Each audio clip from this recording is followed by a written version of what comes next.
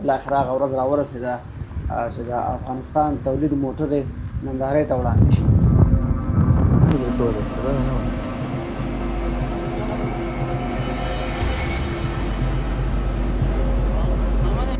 دغه ملي بس چې تاسو ګورئ په دې غاټ لیکلي دي میډ ان افغانستان، یعنې د افغانستان ساخته. 105 ډوله تولیدات کوي. 105 ډوله تولیدات په دغه کمپلیکس کې کېږي چې دا واقعا یو ستر خبر دی، ښه خبر دی. دوم فعلا پیشرفت فیزیکی دارن. حدود 60 شرکت در فاز دوم همراه ما همکار هستند. د قوشتېپې کانال د افغانستان په شمال کې یو ستر او مهم کرنیز د اوبو لګولو پروژه ده چې د بلخ ولایت له کلدارې ولسوالۍ څخه پیلېږي او تاسې په دې وروستیو کې ګورئ چې له بېلابېلو هېوادونو زموږ افغان کډوال بیرته راشړي او خپل هېواد ته راستنوي.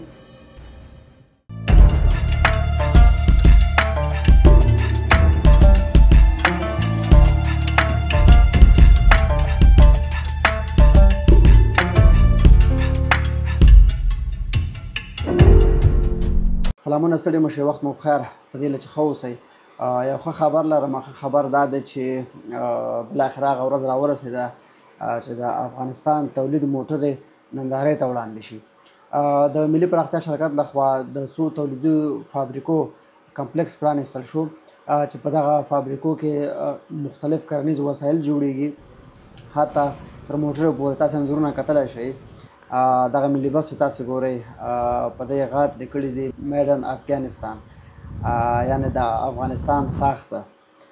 واقعا د ویاړ ځای دی چې بالاخره هېواد مو دومره کېږي چې اوس داخل په هېواد کې تولیدات کوي، موټرې جوړوي. هغه وختونه هم لاړه چې پخوا به خلکو پیغورونه راکول چې افغانانو ستنه جوړه کړې وه او په ستنه کې به سوری نه شو کولی. اوس نو هغه کیسه هم ختمه شوه. تاسې دغه انځورونه وګورئ، دا ځینې انځورونه تاسې وګورئ. ماشاءالله ماشاءالله. زه واقعا ډېر خوښ یم او دغه اقدام د ستایلو دی.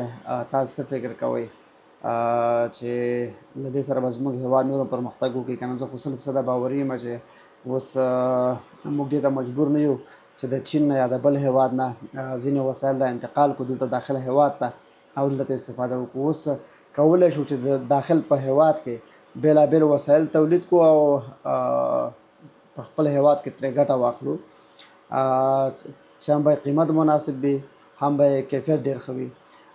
پوهېږئ دغه کمپلیکس د قوشتېپې کرنیزو کمپلیکسونو لپاره د ماشینالاتو او کرنیزو وسایلو د صنعتي او کوچنیو فابریکو ماشینالاتو، ترانسپورټي وسایطو، فلزي عناصرو، برقي وسایطو په شمول 105 ډوله تولیدات کوي. 105 ډوله تولیدات په دغه کمپلیکس کې کېږي چې دا واقعا یو ستر خبر دی، ښه خبر دی. راځو د قوشتېپې په کانال باندې غږېږو چې قوشتېپې کانال څه شی دی. د قوشتېپې کانال د افغانستان په شمال کې یو ستر او مهم کرنیز د اوبو لګولو پروژه ده چې د بلخ ولایت له کلدارې ولسوالۍ څخه پیلېږي او د شمالي ولایتونو بلخ، جوزجان، فاریاب پراخو کرنیزو ځمکو ته د اوبو رسولو لپاره جوړ شوی دی او جوړیږي. د دې پروژې هدف څه و؟ د شمالي ولایتونو وچې او دښته شوې ځمکې خړوبول دي، د خلکو کرنیز اقتصاد پیاوړی کول دي، د خلکو کرنیز اقتصاد پیاوړی کول، د سیمې د خلکو ژوند ښه کول او د کډوالۍ مخه نیول.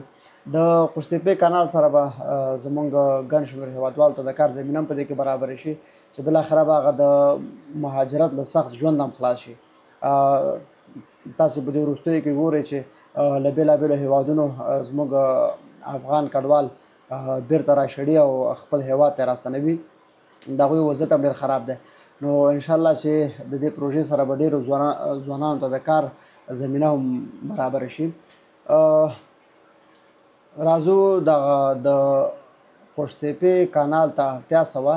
د افغانستان د شمال لویدیځو ولایتونو د اوږدې مودې راهیسې د وچکالۍ له امله زیانمنې شوې وې چې د کرنیزو محصولاتو د کمښت د خلکو د بېوزلۍ او کډوالۍ لامل ګرځېدلی و. قوشتېپې کانال نه تمه کېږي چې په زرګونه هکټاره ځمکه بیا زرغونه کړي او ښه لوبې کړي. موږ که وګورو زموږ په هېواد کې په بېلابېلو سیمو کې بېلابېلې دښتې شته، ډېرې زیاتې دښتې دي. د دغه دښتو د خړوبولو دپاره نو د قوشتېپې کانال یوه ډېره ښه او مهمه پروژه ده چې دا عملي کېږي. نو په همدې مناسبت د ملي پراختیا شرکت لخوا دغه کمپلکس جوړ شوی دی چې تر څو همدغه کانال ته بېلابېل وسایل چمتو کړي تر څو په هغه ځای کې ترې استفاده وشي او موږ دې ته مجبوره نه شو چې نورو هېوادونو ته لاړ شو یا د نورو هېوادونو وسایل خپل هېواد ته انتقال کړو په لوړ قیمت سره. نو دا واقعا یوه ډېره ښه پروژه ده. دا څه وخت و چې موږ هېڅ نه لرل، هېواد مو هېڅ نه لرل. اوس شکر الحمدلله ورځ تر بلې پرمختګ کېږي او خدای دې د پرمختګونو دغه لړۍ همداسې دوامداره ساتي. زه خو دې خبره ډېر خوشحاله کړم. تاسې څومره دغه ټولنیزې رسنۍ څارئ، تاسې دا وګورئ په دې رسنیو کې همدغه خبر درګرده تاویږي ځکه ډېر افغانان خوشحاله دي ورته. مخکې یوازې د کرکټ خوشحالي وه، اوس بالاخره دا خوشحالي ده. نو په دې هیله چې دې خبر یو څو شېبې خوښي درکړې وي نو د نورو مطالبو لپاره موږ درسره وڅارئ. تر بیا ښې چارې، ښه وخت، د الله په امان.